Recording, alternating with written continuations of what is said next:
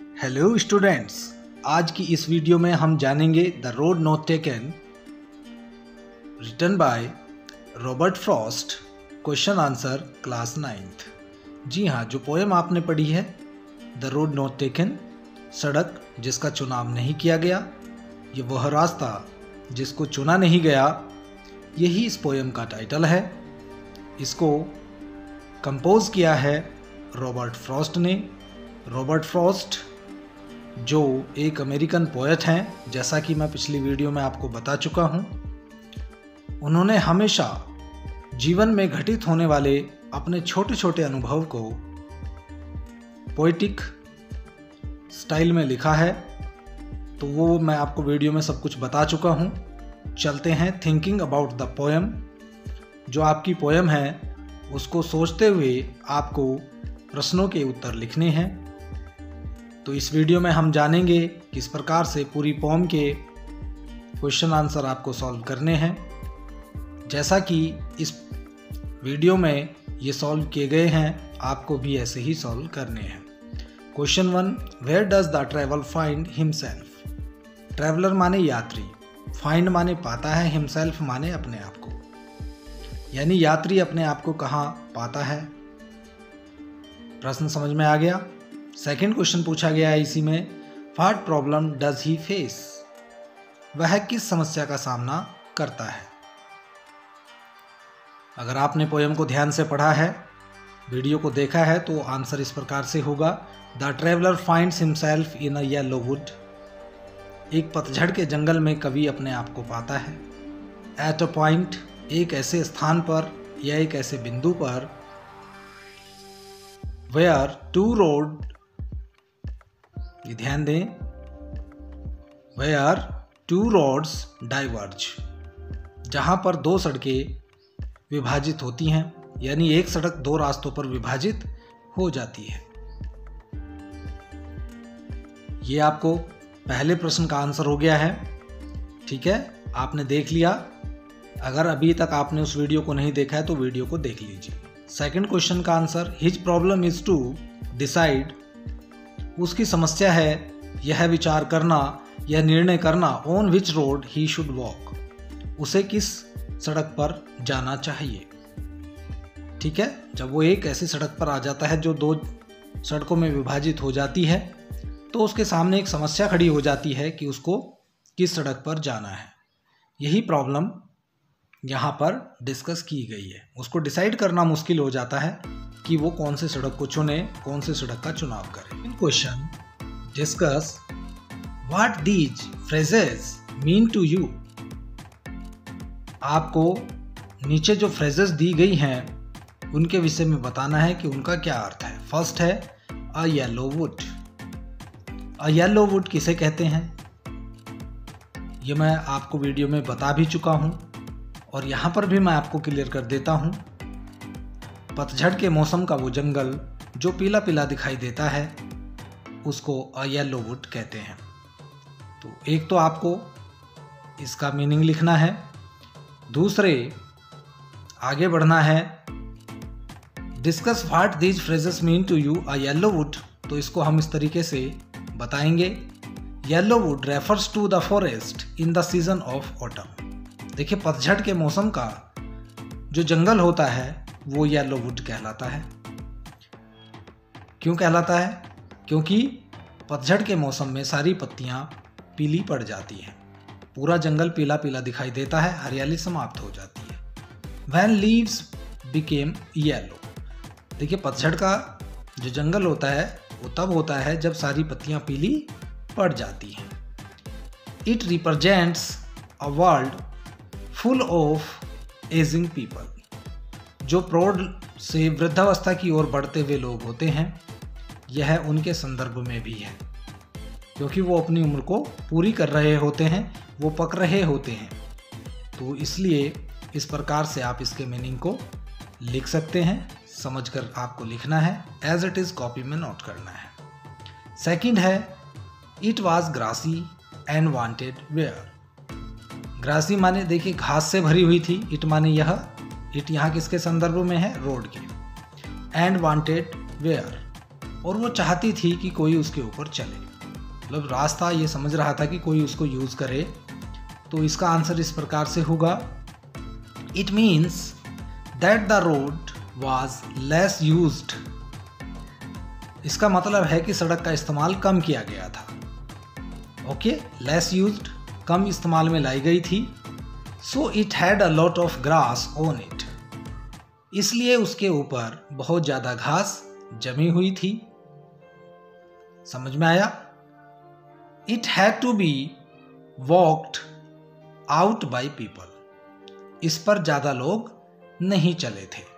ये समझ में आ गया? तो it was grassy and wanted wear का अर्थ हम इस प्रकार से लिख सकते हैं। ठीक है, इसके लिए मैं फिर से आपको बता दूं कि क्वेश्चन आंसर को समझने से पहले मेरे पिछले वीडियो को जरूर देखिएगा, जिसमें मैंने फुल एक्सप्लेनेशन किया है poem the road not taken का। अगर आप उस वीडियो को देख लेंगे तो इसको इजीली समझ सकते हैं। आगे बढ़ते हैं। The passing there, the passing there को हम क्या पढ़ेंगे? ठीक है, वहां से गुजरने वाले लोग, द पासिंग देयर। ठीक है, तो इसको हम इस प्रकार से इसका आंसर लिख सकते हैं। आप देख लीजिए, ठीक ऐसे ही आपको अपनी नोटबुक में लिखना है। It means walking on the road by passer by, यानी यात्रियों के द्वारा उस सड़क पर चलना। ठीक है, ये वो लोग हैं, ये पासर बाय वो लोग हैं जो उस सड़क से गुजरे हैं। Number 4, leaves no step had trodden black. देखिए, लीव्स माने पत्तियां, नो स्टेप हैड जिस पर कोई कदम नहीं पड़े, ट्रोडन ब्लैक कुचलकर काला करने के लिए। तो वीडियो में तो मैंने आपको पूरी तरह से समझाया ही है। यहाँ पर मैं क्वेश्चन आंसर में भी इनके अर्थ लिख रहा हूँ और आपको इनको अपनी नोटबुक में एज इट इज लिखते हुए चलना है, ऐसे ही अपने होमवर्क को दिखाना है। Answer, it means that no one had walked over the leaves as they were still green. देखिए, जो पत्तियां टूटकर गिर जाती हैं, पीली पीली पत्तियां अगर पड़ी रहती हैं और उन पर कोई ना चले, उनको ना कुचले, तो वो रंग उनका हरा ही रहता है, काला नहीं पड़ता। तो इसका मतलब है कि कोई भी उन पत्तियों पर नहीं चला था, इसलिए वो पत्तियां अभी तक हरी दिखाई दे रही थी। ट्रोडन ब्लैक यानी कुचलकर काली नहीं पड़ी थी। ठीक है, नेक्स्ट है how way Leeds on two way. किस प्रकार एक रास्ता दूसरे रास्ते को मिल जाता है, किस प्रकार एक रास्ता दूसरे रास्ते से जुड़ जाता है कहीं ना कहीं जाकर। तो ये भी पोयम में पूरी तरह से एक्सप्लेन किया गया है, और अगर आप उस वीडियो को देख लें इस वीडियो से पहले, तो पूरी पोयम आपको समझ आ जाएगी। Answer, it means that as we walk on a road. इसका मतलब ये है कि जैसे हम किसी सड़क पर चलते हैं, it paves the way to more option further. तो आगे इस रोड से और भी रास्ते निकलते हैं, और भी विकल्प निकलते हैं। We keep on walking ahead on that way. हमें उन रास्तों पर आगे बढ़ते जाना है। ठीक है, इतना समझ में आ गया? तो ये रास्ता कहीं ना कहीं जाकर दूसरे से मिल जाएगा। ठीक है, अब हम इसके साथ आगे बढ़ते हैं और अगले क्वेश्चन को देख लेते हैं कि अगले क्वेश्चन में क्या पूछा गया है। फिर से मेरी गुजारिश है कि आप वीडियो को ध्यान से देखें और पूरा देखें। Is there any difference between the two roads as the poet describes them. क्या कोई अंतर है दोनों सड़कों में जिनका कवि ने उल्लेख किया है? ठीक है, क्या कोई अंतर है दोनों सड़कों में जिनका कवि ने उल्लेख किया है? ठीक है, फर्स्ट इसमें पूछा गया है इन स्टैंजाज 2 and 3, सेकंड और थर्ड स्टैंजा में जो सड़कों के बारे में बताया गया है, वर्णन किया गया है, क्या उनमें कोई अंतर है? और सेकंड है in the last 2 lines of the pome, और कविता की अंतिम 2 पंक्तियों में रोड्स का जो वर्णन किया गया है, क्या उनमें कोई अंतर है? तो इसका उत्तर इस प्रकार से लिखिए, the 2 roads were similar in the first and second stanza. देखिए, 2 roads were similar in the first and second stanza। पहले और सेकंड स्टैंजा में जिन 2 सड़कों का वर्णन किया गया है वो दोनों एक जैसी हैं। ठीक है, ये समझ में आ गया। अगर आपको ये समझ नहीं आ रहा है तो आप पोम को पढ़ सकते हैं, उसमें देख सकते हैं फर्स्ट स्टैंजा में जो बताया गया है रोड के बारे में, वही सेकंड स्टैंजा में भी बताया गया है। ठीक है, इसके लिए आप वीडियो को पुनः देख लीजिए और फिर हम आगे बढ़ेंगे और आगे देखते हैं कि इसमें हमें और क्या क्या पूछा गया है। तो ध्यान दें। Second, in the last 2 lines of the poem, the poet tells that the road he opted for is less traveled। In the last 2 lines, अंतिम 2 पंक्तियों में बताया गया है। ऑफ द पोम, कविता की अंतिम 2 पंक्तियों में बताया गया है। द पोएट टेल्स, कवि बताता है, दैट द रोड्स, कि जो सड़क उसने चुनी, ही ऑप्टेड, उसने चुनी, फॉर इज लेस ट्रेवल्ड, चूंकि उसको कम लोगों ने चुना था। And it made a difference, और इसी ने अंतर पैदा कर दिया। तो ये समझ में आ गया आपको। इस प्रश्न का उत्तर इस प्रकार से आपको लिखना है, और जो क्या तो जैसे आपको बताया जा रहा है वीडियो में, ठीक वैसे ही आप अपनी नोटबुक में लिखें, और समझकर लिखेंगे तो आपको इसको रटने की आवश्यकता नहीं होगी। पूरी पोम को आप समझ गए हैं, उसके एक्सप्लेनेशन को अगर आप समझ गए हैं तो आपको आंसर लिखने में कोई परेशानी होने वाली नहीं है। ठीक है, ये समझ में आ गया। ठीक है ना। अब आगे बढ़ते हैं। Number 4, What do you think the last 2 lines of the poem mean? आपको क्या लगता है लास्ट 2 lines, अंतिम 2 पंक्तियों का कविता में क्या अर्थ है, यानी कविता की अंतिम 2 पंक्तियों का क्या अर्थ है। Looking back, does the poet regret his choice और एक्सेप्ट इट। पीछे सोचते हुए क्या कवि को पश्चाताप महसूस होता है अपनी चॉइस पर, अपने चुनाव पर, और एक्सेप्ट इट, या वो अपने चुनाव को स्वीकार करता है। तो आंसर इस प्रकार से है, the last 2 lines of the poem means that the poet chose the path that was traveled less।